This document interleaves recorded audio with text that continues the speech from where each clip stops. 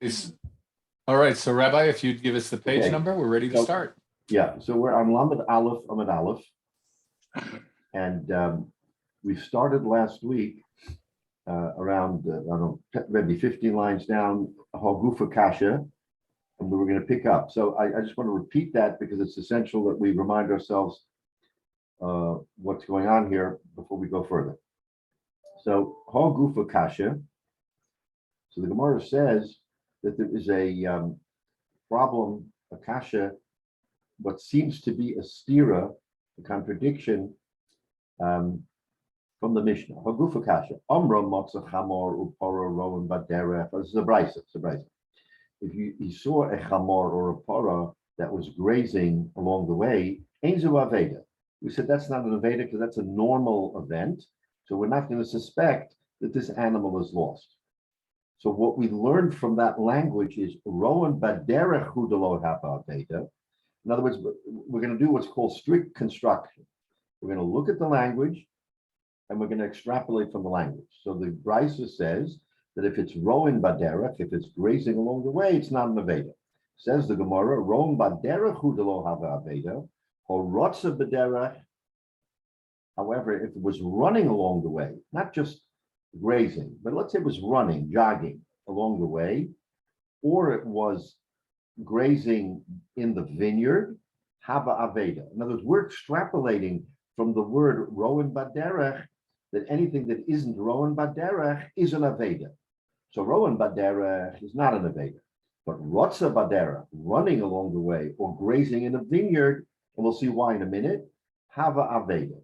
Okay, that's the ratio of that brisa. Now, let's look at the seifa of that brisa and see what we extrapolate from that. Ema Seifa, says the Gemara. I'll ask a kasha from the Seifa. What does the Seifa of that brisa say? Chamor v'kela chafuchim. If the chamor and its backpack or whatever it was carrying fell down, in other words, it was fallen on the ground. Upara rotza ben akromim, or a cow that was running in the vineyard, not grazing but running. Harizu aveda.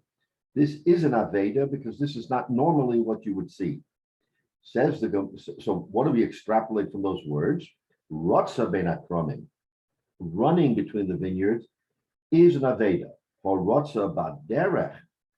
So we want to extrapolate if it was running along the path, along the way, on the road, the roa ben akromim ein zu aveda.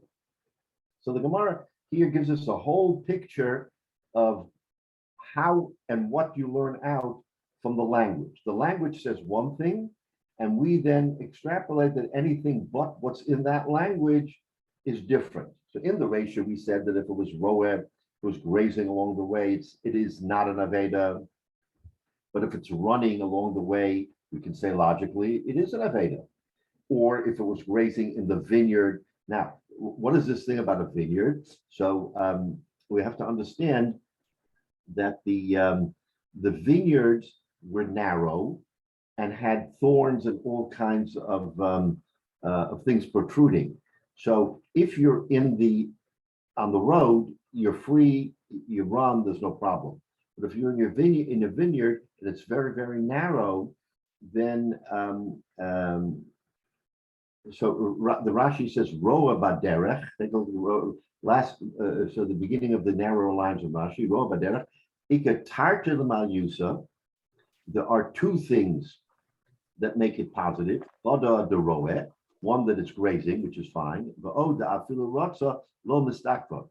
The problem with a kerem is that it is narrow and the thorns will whip into the animal and cause it damage. So if you're in a kerem, you have that problem. Says Rashi, that the reason why it's not an aveda when you're grazing along the way is because there is no hindrance whatsoever. He says it's tar to the malyusa. There are two positives. One, that it's grazing and not running. And also, there's no thorns.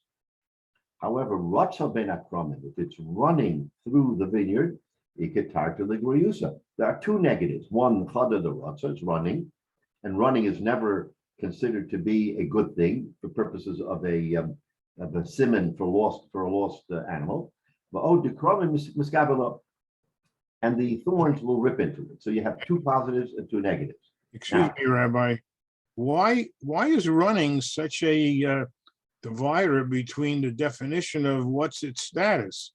I mean, animals run, they can be chasing something, or they just, I mean, when you go out and you see horses, even in our neighborhood, you see them, sometimes they're grazing, other times they're running around.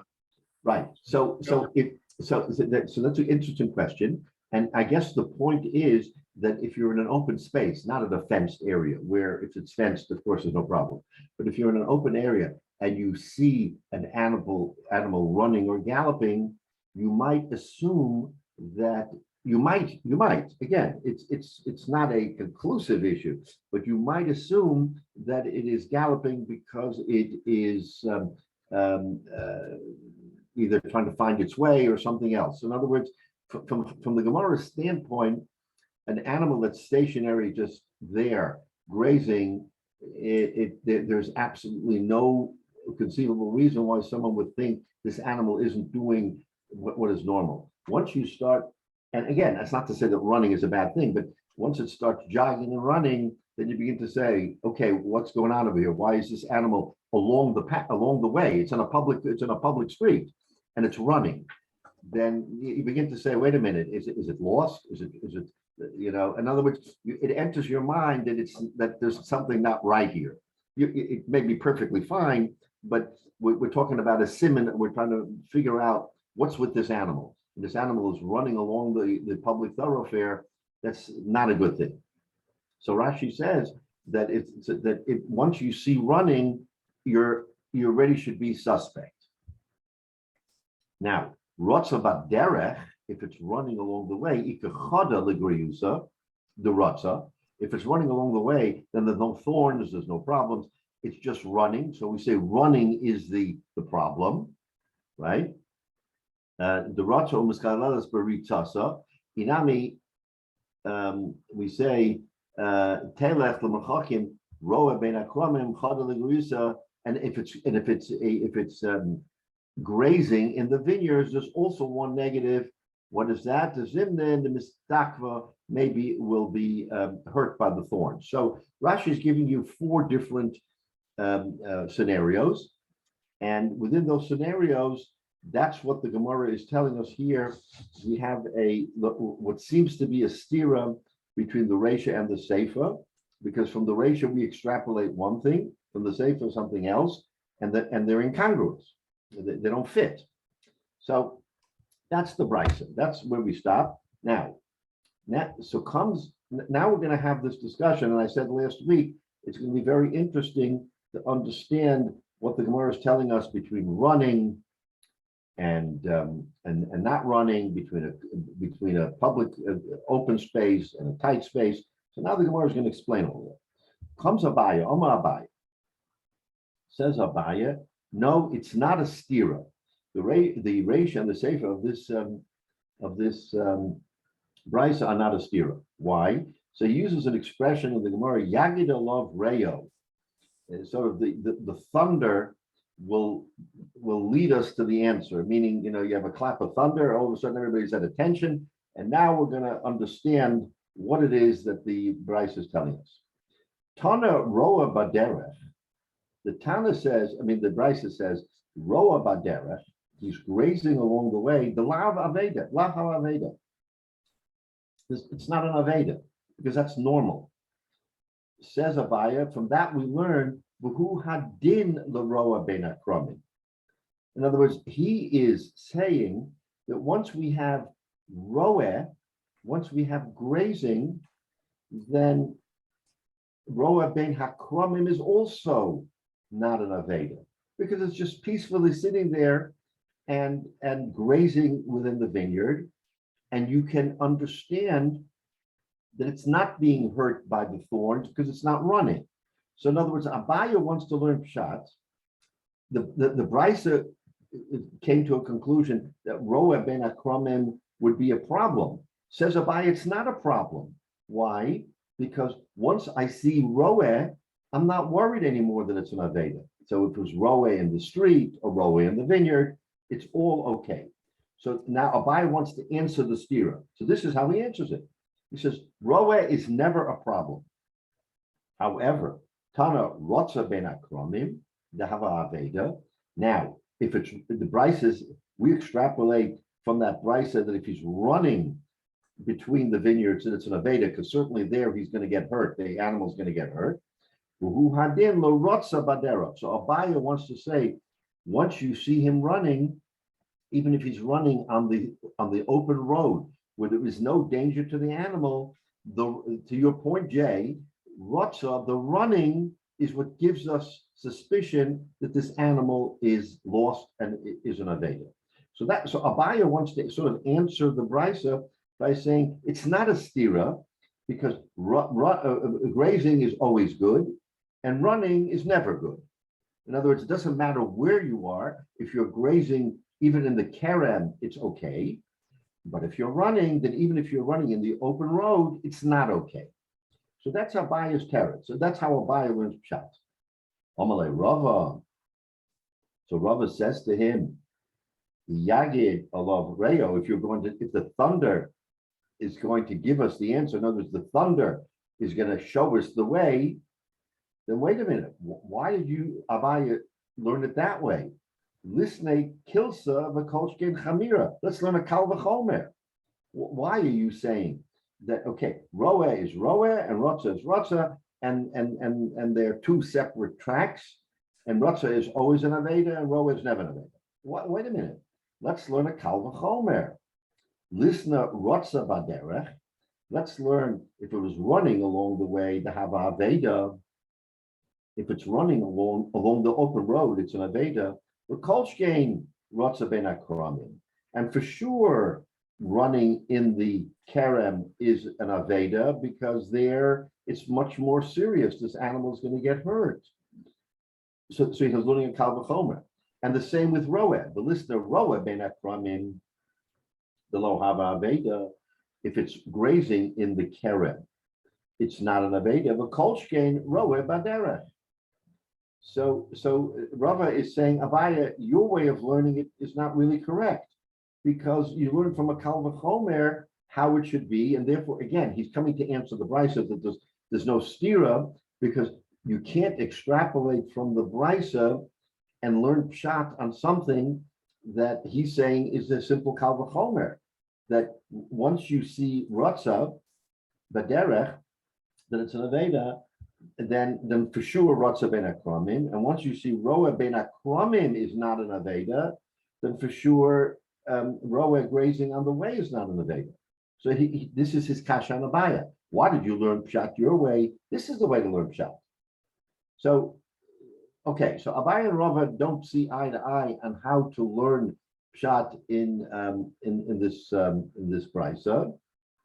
So now Abaya is going to come and is going to give, Abaya asked the question. Now Abaya is going to give his understanding of what the Bryce is talking about. Ella Amar Rava, Ella Amar Rava, Rotza Arotza Lo Kasha. You can't ask, there's no kasha by running between the vineyard or running on the road. Why? Because Hoda Ofa Legabe Davra, Hoda Ofa Legabe Masa. In other words, it depends where it's running and what direction it's running. If it's running to Davra is if it's towards, in other words, we're in a town or a city or somewhere, and he's running in the open road away from the city into the wilderness, into the fields. That shows he's lost because he's heading away from where he should be. So it's not the running that is causing the problem, it's where he's going. So Rava says, oh, the Afalagabe Davra, that's why running even on the main road is an Aveda because he's running in the wrong direction. But if he's running towards the city, meaning he's running to where he should be or where his owner is or where he's normally housed, then running is okay because he knows where he's going. It's kind of like an animal that has an instinct that knows where to go. Now, so therefore, there's no stira in running. there's no stira in running because it depends where he's running. Roa nami lo kasha, and there's no kasha about grazing either. Kan ba'avedus gufa, kan ba'avedus karka. Now here, it's very interesting because the Gemara is going to be mechadish something to us. It's going to give us a new concept to think about. And it's going to say as follows. Grazing in and of itself is not a problem. But depending on where it's grazing, if it's grazing in the open field, in an open area where there is no suspicion of any kind of harm to the animal,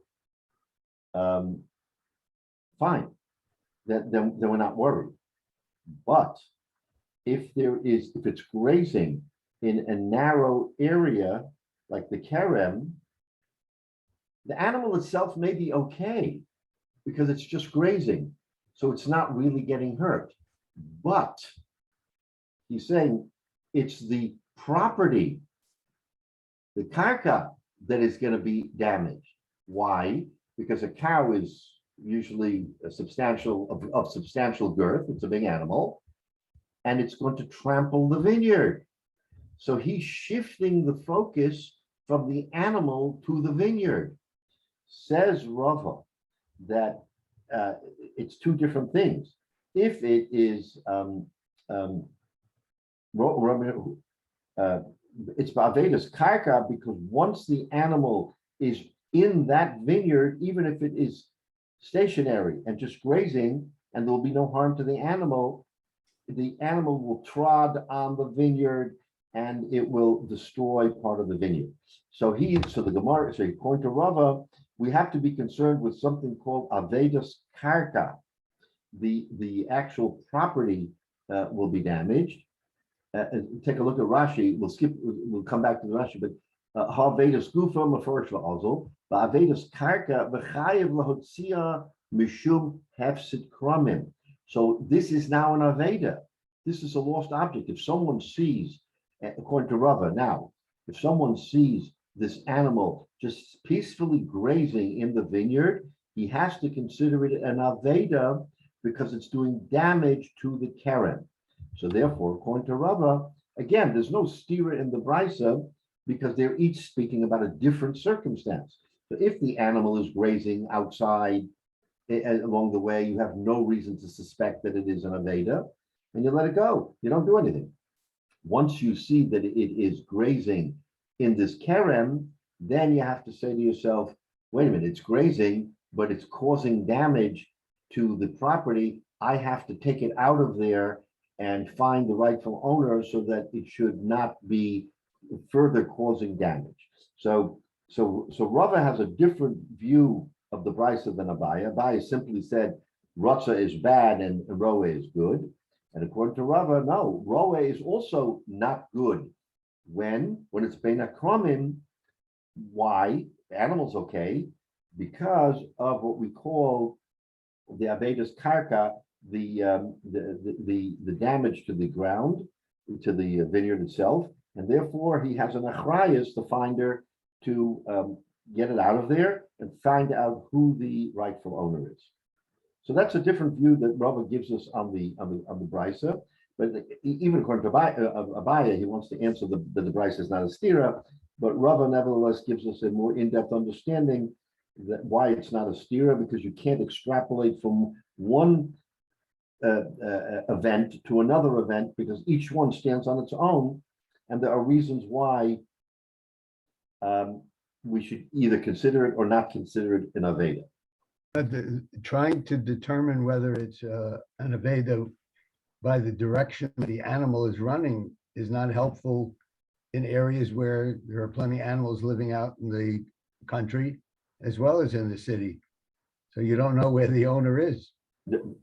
Yeah, you're right. You're right, David. But I guess under that circumstance, he's saying that an animal instinctively runs to where it's to what it knows. And other animals maybe have a certain instinct, they understand. So once it's running into the populated area, I guess maybe the thinking is that it's not lost because it kind of knows where it's going. It's heading in that direction. I found the whole thing about directions a little difficult to grab onto. Besides that, but he wants to make a chilek here by saying that if it's running out into the wild blue yonder, it hasn't a clue where it is. Then you have to consider the Veda. You're right. Maybe there are animals out there anyway, but we're looking sort of at a sort of moment in time, and you say, okay, where is this animal? If this animal is running and running away, then you have to make some kind of an assumption, and the assumption is that it's running because it doesn't know where it is. But you're right. Tuvia, maybe I'm missing something, but how do we automatically know that the kerem does not belong to the owner of the animal itself? That's a very good point. It's a very good point. We don't know. You're 100% right. We don't know. A passerby is coming and he sees an animal grazing in a kerem. For all we know, it's his owner's kerem, and that's where he is. But the fact that you find it in the kerem, where either it can do damage to itself, which we're saying that with Roa it doesn't because it's not running, or it's doing, in other words, an owner would not allow his own animal to enter into the vineyard because all it does is do damage to his own property. So if you have to have a havamina, is this animal in the right place? At least you have enough to say, you know what, this doesn't look like it's the right thing, where a animal is grazing in a vineyard and stepping on the grapes and tramping. So if it belongs to the owner of the animal, then what's going on here? We set a very low bar. We set a very low bar. We set a low bar, right? Okay. All right. Okay. Again, this is just what the eye captures when you see an event. You have to make a decision. What's going on here?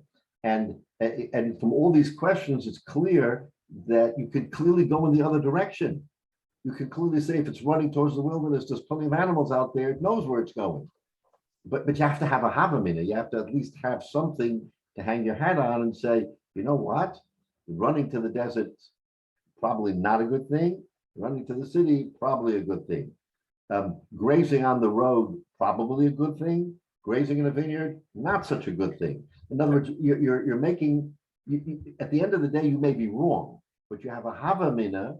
At least you're thinking that there's a possibility that this animal is lost. It turns out if you do what you do and you take it out and it's not lost, meaning it should be there, okay, fine. So for fun, what did you do here? You didn't do such a terrible thing. You brought it back to the owner. The owner said, Yeshikayach, I'm okay with the animal being where you found it.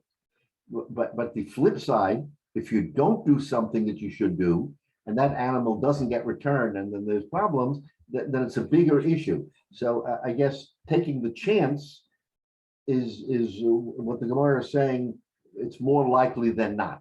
There's no certainty, but it's more likely than not that depending on where you find it and what it's doing, that would be the siman for whether it's lost or not. So again, the Gemara is giving us sort of an idea of how to think about this. And remember that we had this kasha last week when the Mishnah started telling us about an Aveda. So the question was, what do you mean? We don't know what an Aveda is. We've been learning Bava Metzia for 30 blocks. We know what an Aveda is. The teretz is, it was giving us sort of like a overview of what an Aveda might look like. So that's what the Mishnah was telling us. This is what an Aveda might look like. If it's grazing along the way on the road, it doesn't look like it's lost. But if it's running along the road, it does, et cetera, et cetera. So in other words, these are the general appearance of what might be an Aveda. The particular appearance, it might be we're wrong. We may be totally wrong. You could be jogging along the road and it's not an Aveda. The owner knows where it is. But if we have to have a havamin of what it is, we err on the side of saying that if it's already running along the way, mistama, it's lost. As a rabbi, Yeah. It's a separate pasuk in the Torah. I think also mishpatim about the damages that your animal might cause in somebody else's property. Right. So a person walking along and seeing this, I mean, he doesn't know that we're just learning about a Shabbos Aveda. He's also conscious of the fact that there's a a Torah requirement to prevent damage in somebody else's property. If you see somebody, an animal grazing in a vineyard, which is not the usual place for animals to be grazing, he could be immediately concerned about whether that somebody else's animals got into somebody else's property. And he's concerned about that Torah prohibition as well. Absolutely correct. So in other words, we have, and we're going to see just a little bit down that Hashavas Aveda is an exception to the general rule. In other words, there's a rule for everything else, and Hashavas Aveda has kind of a separate rule. But you're right. In other words, there's competing interest here as to what's going on with this animal and whether or not you're talking about damages and what you're chayav for. Absolutely. So yeah, I mean it's a little bit complicated. So we're trying to focus and isolate just on Hashavas Aveda and to the exclusion of the others. But you're right, the others have to be into consideration in the normal course of events. Yeah, excuse me, Rabbi. Yeah. When you think about this, even if he makes a mistake and he doesn't realize, or he realizes that it's lost and it's not lost, the worst that happened is the follow-on is he has to go announce in Besdin that something we found, I'm taking care of it, and it ends up back at the owner anyway. So having a mistake, if It's not such a terrible thing, right? That's what we're saying. It's not such a gefer lechazak if he makes a mistake. But if he makes a mistake in the other direction and he errs on the side of saying it's not an Aveda and he lets it go, that's where there could be bigger problems or the ramifications are greater. Exactly right. I got a, Yeah. Rabbi, this could be kind of like a catch-22 situation.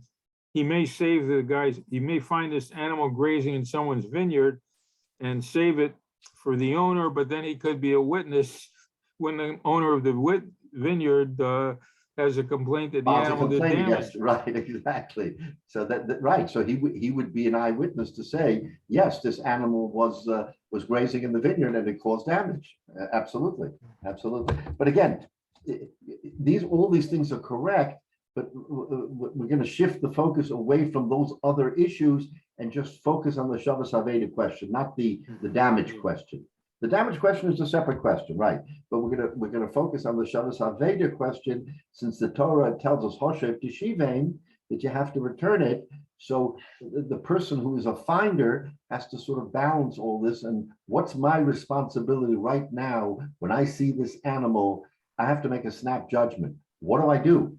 Do I pull it away? Do I just ignore it because it's normal? What am I supposed to do? So the Gemara is trying to give us some insight on the Hashavas Aveda question, not the other questions which are legitimate about damages and all these other things. So from a Hashavas Aveda standpoint, the Gemara is trying to explain to us that there are a couple of different ways of looking at it. And according to Rava, who introduces this concept, that Hashavas Aveda is not only for the animal, it's Hashavas Aveda for the karka. That's what's interesting about what Rava is introducing. He's saying, wait a minute, it's not all about the animal. We know we're talking about an animal, but there are times when the animal is not really in jeopardy, but the property is in jeopardy. So without this chiddush, who would ever think that we have to worry about the owner of the property? Comes Rava and he tells us, no, there's an inyan of Hashavas Aveda, not just for the animal, but Hashavas Aveda for the property to prevent further damage on the karka. That's the interesting chiddush here in Rava. So the Gemara says weiter, v'chiketani rotze ben akramim hava aveda. When we say that if he's running between the vineyards, it's an aveda. Why? Because focusing on the animal, because it's damaging the animal. Horoeh ben akramim lo hava aveda. But if it's grazing in the field, in the keren, it's not an aveda. That's ba'aveda's gufa. We're strictly looking at the body of the animal, and we're saying running in the vineyard is dangerous to the animal. Grazing in the vineyard is not dangerous to the animal because it is not moving. It's stationary. It's not going to get hurt. All it's doing is grazing. and Rotza ben Akromim Miskava, but running in the Kerem, it will scratch itself up with thorns. Baroa ben Akromim lo Miskava, it will not scratch itself up with thorns. Baroa ben Akromim, and grazing in the Kerem, Nehidalo Miskava, frek the Gemara now. Okay, so in other words, we're established that the running is not automatic and the roa is not automatic, because depending on where it is, Rutza is okay and roa is okay, and depending on where it is, Rutza is not okay and roa is not okay. Right? The Gemara here, Veroa ben Akromim, Nehidalo Miskava, true that if it's grazing within the Kerem, it's not, again, focusing on the animal, not the karka. True that it's not hurting itself, Tepikle Mishum Avedas Karka. So then why don't we flip the switch and say, okay, it's not hurting itself, but it's hurting the karka. So why don't we say that he has a responsibility for Hashavas Aveda because it is damaging the karka? Even just grazing in the kerem is a problem for the karka. So the Gemara answers, B'dekusi. We're talking about a kusi. Now, a kusi is not just a non-Jew. A kusi is an Ovid Avodah Zarah. So Rashi tells us, or the Gemara tells us, but I think Rashi here pointed it out that let's see, where's that Rashi? Okay, so no, it's not in this Rashi. Okay, so you do not have an achrayus. The halacha is you do not have a responsibility for damaging the property of an Ovid Avodah Zarah. Okay, so that we draw a line. So in other words, we're not worried about Avedas Karka, even though that animal will trample on the vineyard, but because it's it's owned by an Ovid Avodah Zarah, we discount that. We don't think about that. So the answer then is that there is no possibility that if it's just grazing in the vineyard, that it would be a negative, because it's not hurting the animal, and we don't care about the karka because he's an Ovid Avodah Zarah. So, because the Gemara had a kasha, why don't we worry about it? Answer the Gemara b'dekusi. Freik the Gemara v'tepikle mishum avedas gufa the dilma kakalei. So now he's flipping back and saying, no, we have to worry about the animal's physical condition because this Ovid Avodah Zarah may go ahead and kill the animal. In other words, the Ovid Avodah Zarah has no love lost for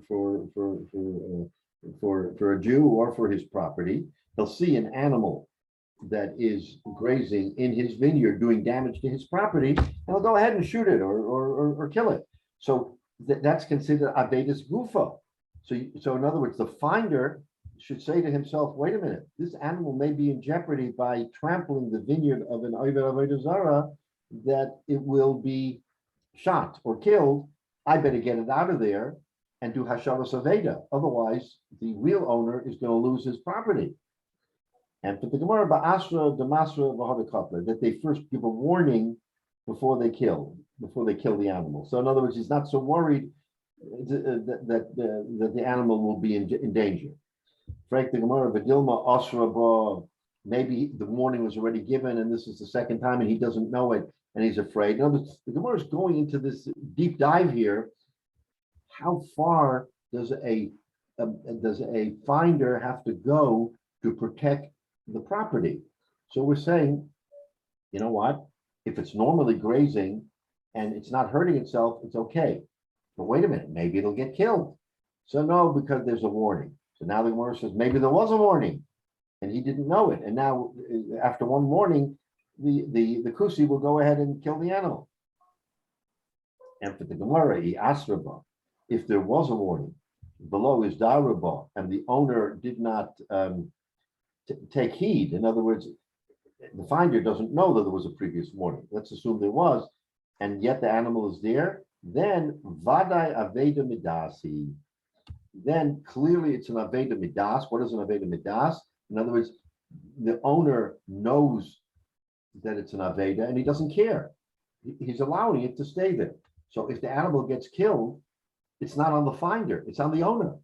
The owner didn't care. He got a warning. He knew that he should not leave the animal there. He left it there. The finder comes along and what should I do with this animal? Should I take him out of there? Should I not take him out of there? So under that circumstance, if he doesn't take him out, then he's not over any lav for Hoshev Teshivim because the owner basically made it hefker. But Aveda Midas means it's hefker, that he doesn't care anymore. All right, so what do we learn from this whole Gemara? It's very interesting because what we're taking away from this whole Gemara is that there's a number of different ways. So here we thought, a simple finder, he's going to come along the way and he's going to find it and he'll return it and become the mitzvah of Hoshev Teshivim and everything is fine. The Gemara is giving us an insight that there are a lot of things going on here when this person sees an animal along the way and he has to make some quick decisions. Yes, return it, leave it alone, what to do.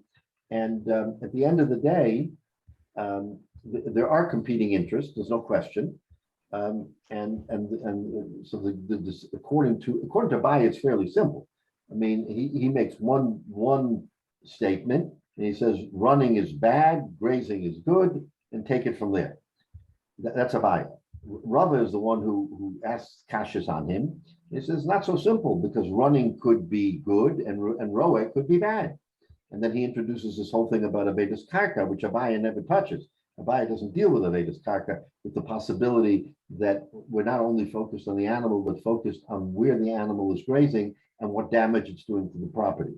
So at the end of the day, suffice it to say that it's a big mitzvah, but there are a lot of permutations to the mitzvah and judgments one has to make.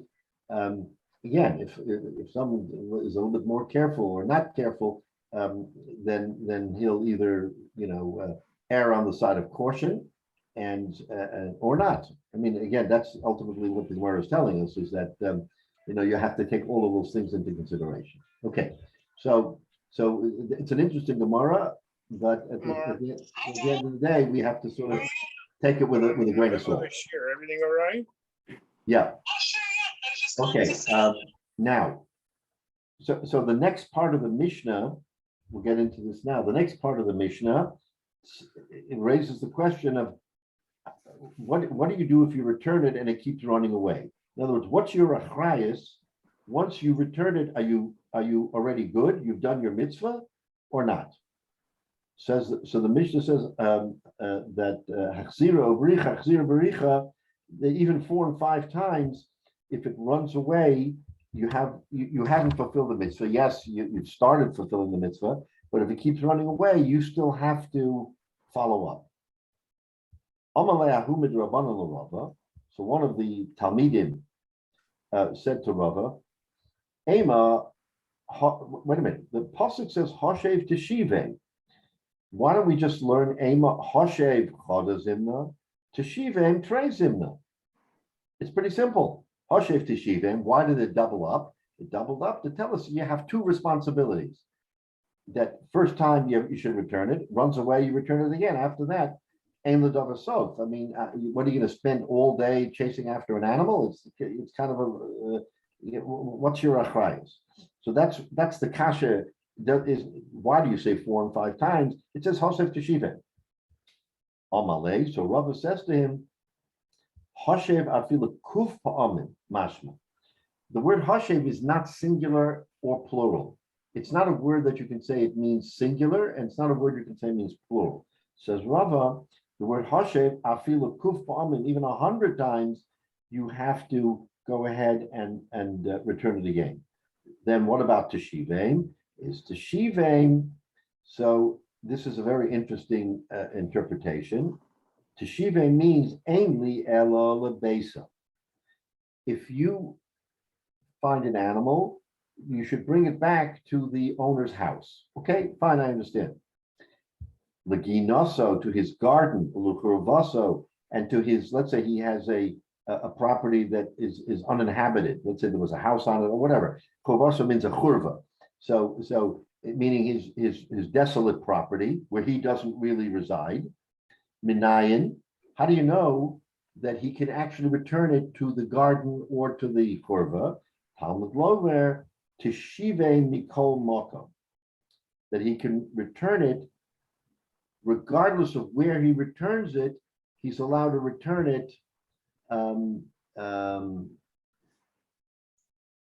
So Rashi says, "Liginoso luchovoso minayin dahava hashava upoter." So this becomes very important. How do we know that if he returns it to the fellow's garden or to his churva, meaning that the owner does not know it was returned? He's living in his house, and you find the animal. You happen to know it belongs to Reuven so-and-so, and you lead it into the garden, and you just leave it there. That's Hashavas Haveda. In other words, you don't have to knock on the door and say, Reuven, here's your animal. So excuse me, Rabbi. Yeah. It sounds like with all of these permutations, combinations, the worst thing you can do is just keep driving past and paying no attention to this animal. The minute you start paying some attention, there are things to do, but it's too late to just keep, looking the other way. It sounds like you've got to do something. And that's exactly the point, because the punctuation mark here is that you have a responsibility to your neighbor's property. We are all responsible for each other. So if I find something that has nothing to do with me, but you may be the loser, I have an achrayus to help you, just like you would have an achrayus to help me. And that's right. The whole principle of many of the mitzvahs, we've talked about this many times, certainly Hashavas Haveda, is you have a responsibility for your neighbor's property, that his property shouldn't get damaged, right? How many times have we seen that in the Gemara, where the Gemara tells us you have to be responsible, that someone else shouldn't take a loss. You can't turn a blind eye. So this is that example, Hoshev Teshiveh. You can turn a blind eye and walk away and say, doesn't affect me. I'm not losing anything here, right? So, okay, we made an exception for a kusi. We said that even avodah zara, you don't have an achrayus, but you have an achrayus to another person, right? So here, especially Yid, you have an achrayus to that person. So even though you don't know the situation, you can't really look the other way. that's right. That's exactly the point. You have to sort of assume what's the worst that'll happen. You made a mistake. And you shouldn't have returned it. But the flip side, making a mistake and not returning it, is far worse. Rabbi, how do you exonerate the owner after several times of returning it? And if the owner doesn't take an interest in his own property, in this case, his own animals, why do you have to go further than he does? Because he doesn't care. I mean, at some point, it's ridiculous. He has the interest in his property and he doesn't care. So why should you have to care more? That is a very, very good point, because in other words, where is the achrayus? Where does it end that you have to be more responsible for the property than the owner of the property himself? Great question. So to a certain degree, I mean, you look at it from a number of different ways. The Gemara a little bit further will actually touch on that question and ask the question of why someone is achroi to be a finder when the owner should take the responsibility himself. And if he needs help, he should hire somebody to help him. I mean, that's an important issue, and we're going to talk about that probably next week. But to your point, one could argue that we're talking about a zaken. We're talking about an elderly person, or a person who does not have the ability to control that animal, and the animal keeps slipping away. Then you can't just say, okay, I did mine, I did it twice, I'm okay. You have to keep trying to help. So we can find a reason why you should do it if you want to hang your hat on the fact that the owner himself doesn't have the capability. He doesn't have the capability to guard the animal. But you're right. If he has all of the equipment and the capability, then there's a serious question. How many times, I mean, sure, this fellow's a Shabbos Aveda, he'll try to help, but at some point it becomes beyond what is considered normal. So I'll say that, again, without putting it off, the Gemara a little bit further will sort of hit on that question. But you're right. At some point, what's the fine line between me as a finder and the owner as an owner, and him not having a greater responsibility for the animal? It's a good point. Rabbi, Yeah, go ahead. suppose if the animal runs away sort of 3 times or so, and they can't find the owner, maybe he should have this animal slaughtered, sell the meat, and save the money for the owner. All these are good Less his suggestions. costs in feeding the animal for 3 Right. days. No. These are Doesn't all, work if it's a chamor. yeah, what do you do with the chamar? Right. No. These are all. Yeah, right, that's it. You can't do it with the chamar, right? So you have to have. Talk about being a busybody. Huh? Right, no, but again, this is more of an overview so that we understand what's my responsibility here. Yeah, we can get into the actual issues and say, why should he do it? And the owner should do it. It's more of his responsibility than mine. But the overarching view here, or the overarching characteristic, is that that one of the things you have in a chayis is to care for the property of your fellow man. Is it the first priority? We've already seen from the Gemara, it's not the first priority. The Gemara even tells us that you can certainly do your business before someone else's business, so you shouldn't become an evion and you shouldn't become a poor person. I mean, that says it all, is that if it's mine or yours, and mine comes first. But once mine is protected and I'm not worried about mine, then I have certainly enough rights to protect yours. So, and by the way, the idea of slaughtering the animal, if it's a kosher animal, so that you give him the meat, or you give him the Gemara, tells us we frown on that because first of all, it's devalued. It doesn't have the same value. It's a lesser value because you've already killed the animal. But also, the idea is, as much as possible, you want to return the animal in the condition that the owner lost it. It's kind of it's a counterintuitive thing, but he lost a live animal. You try to return a live animal. Okay. Yes, in the worst case event, something else happens. But so in other words, we don't jump on the first opportunity to say, you know what, this animal is a pest. Better off that we slaughter him and give him the meat than constantly having to run after the animal. That's not how we look at it. So that's not really the option. Now, but let's just go further into the Gemara. So the Gemara says that you don't have to return it to his house, meaning knock on the door, here's your animal. You can put it into his garden and walk away. Talmud Lama Teshivim, that's what Mikoma. Frank the Gemara, Hechadami. What's the circumstance? Either Mintara, if you are returning it to his garden, and the garden has, let's say, walls, so it's protected, Pshita, of course you can put it into the garden. Once you bring it into the garden, then you lock the gate and the animal can't get out. So what's the chiddush of Teshiveh? Either low Mintara, if it doesn't have a gate, then Amai. Then why is that a Shabbos Aveda? Why is it a Shabbos Aveda to go to someone's property, bring the animal there, and walk away, and that animal can turn around and walk right out? That makes no sense. So when it says to Shivain, that you can return it anywhere that the owner has property, not necessarily in his hand. If it's got a wall, of course. If it doesn't have a wall, why you exonerate it? Says the Gemara, La'olam de Mintara. Really, it has a wall. If it has a wall, then what's the chiddush to Shivain? You can return it into the garden, lock the gate, and everything is good.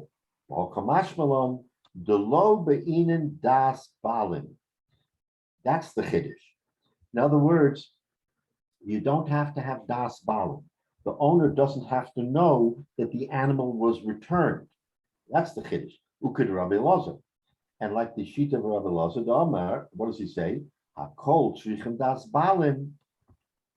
We'll see what that means in a minute. Everything needs das balim, chutz mehashavas haveda, except for hashavas haveda, sha'atorah rivsa hashavas harbe. Because the Torah includes, or the Torah gives us a hint of the possibility that that more than one type of hashava is okay. So what does this all mean? Says Rashi, das balim lomer lo. For instance, let's say you give something to a shomer chinam to hold. Okay, so she's or shomasacha, and any of those circumstances.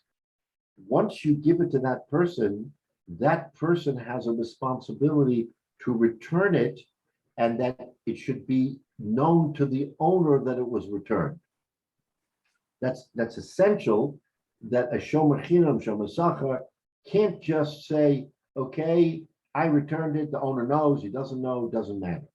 So in other words, by every event where you are holding someone's property, your responsibility is to return it and make it known to the owner that you're returning it, except for Hashavas Aveda. Hashavas Aveda can be returned without, in other words, the mitzvah of Hashev Teshivim is fulfilled even if the owner doesn't know you returned it. And that's only in this circumstance because that's a real chesed. Okay, everything else is something you have a responsibility to. Here, all of a sudden, you see an Aveda. And again, this is a balancing question. How much are we going to put on the finder that he has to do to fulfill his mitzvah? Says the Gemara, when it says Hashiv Teshivim, it means return it. But you don't have to go to the ends of the earth to make sure that the Baal knows it. So Rashi says, Lo melo shmor paroscha, guard your animal, shechzarta liginascha shemitzasa avodas.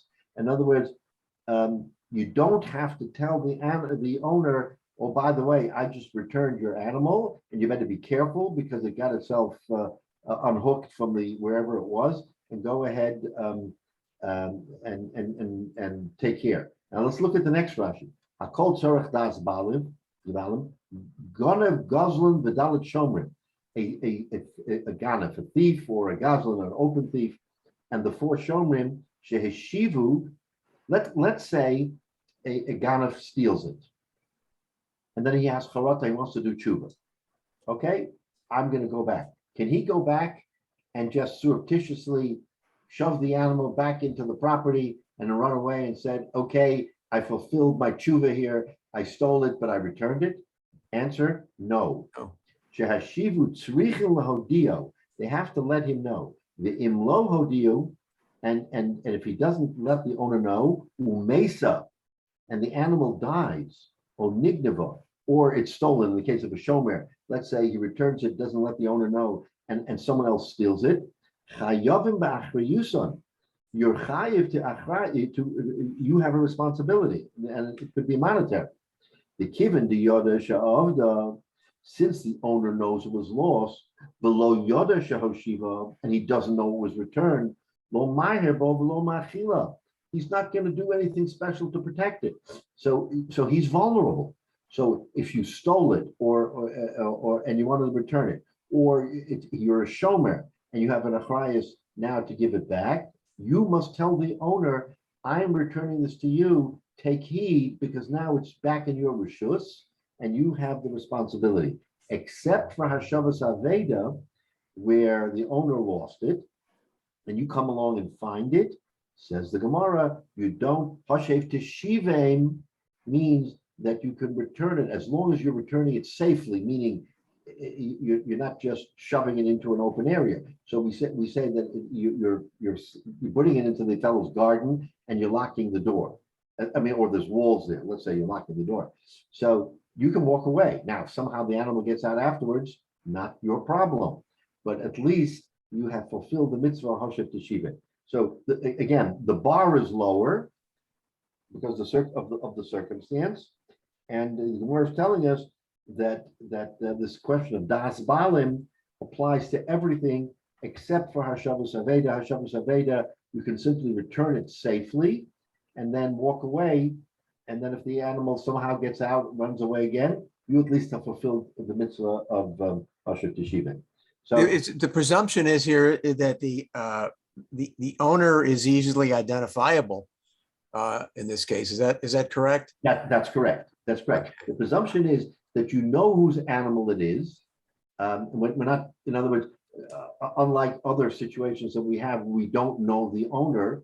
We do know the owner, and you have an achrayus. Everybody knows that Reuben has a bunch of cattle and cows and donkeys and everything, and this one sort of broke away. So you have a responsibility to return it to him. What's your level of responsibility? Says the Torah, Hoshev Teshiva. You just have to return it and you don't have to let him know, but you can't return it in a way where it will clearly run away again. So if you want to put it in the fellow's garden, that's okay, but at least the garden has to have a wall, or otherwise you haven't done anything. You basically invited the animal to run away again. So there is a balance, but the Teshiva tells us that your achrayus is not the same as if you were a shomer or even a thief who has regret and says, you know what, I really want to return this. Once you've taken it, and Rashi makes a key point. Rashi says, what does Rashi say? Rashi says, the kiven the yoda sha'avda, the lo yoda sha'hoshva. In other words, he knows it was taken, but he doesn't know it was returned. So for everything else that he doesn't know what was returned, it's on you. In other words, you, the person who took it, it's on you to make sure he knows. By Hashavas Aveda, you don't have to inform him. Frankly, he may not even know that it was lost. The animal ran out. He's somewhere else and doesn't even know that it left. So your responsibility is certainly to get it back to him, but not necessarily to inform him, but make sure that it's protected and will not run away again. So it's an interesting interpretation, and we'll stop here. But the Gemara now for the next while here is going to discuss many times in the Torah where there's a repetition of words, and what we learn from it. Shalach tishlach, or I'm just looking in the Gemara here. Ozov tazov, right? We have a number of cases in the Torah where the Torah repeats the word. Repetition is not something that the Torah takes lightly. So if it repeats the word, then the repetition has to give us something specific that we wouldn't know from the first word. So in this particular case, in our case here, Hoshev Teshiva tells us, Hoshev, you have to return it even 100 times. Teshiva, you can return it without letting the owner know, as long as you've deposited it safely. Even if he doesn't know about it, it's okay, to the exclusion of every other case where you do have to let the owner know that you've returned an item. So that's how the Gemara interprets it, and that's the Chiddush here. So let's take a look. Is there any Rashi that we skip?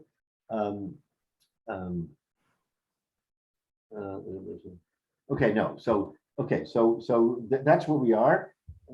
Mitzvah Shem, next week we're going to pick up and look at all these many other cases of repetition and what the second word in the Torah comes to be mechadish that isn't included in the first word. Yeah, it's an interesting Gemara when you look at all the different things. Again, this is not something. It's not this is not heavy. But it all falls into the category of what the achrayus of one Jew has to another and how far one has to go. And this sort of gives us a blueprint for life. It's not just Hoshev Teshiva. You have to be concerned for your fellow man, and if there's something you can do to help, then you should be there to help him. But there are limitations as to how far you have to go. So in other words, it's not just a one-way street. And the questions that came up today clearly indicate that we sometimes have a concern with that. Is is what's my responsibility vis-a-vis the owner? Do I have a greater responsibility than the owner himself has on his property? So we'll talk about that a little bit more next week, Mr. Chairman. Sure. Yes, Shkoyach, shkoyach. Thank you very much.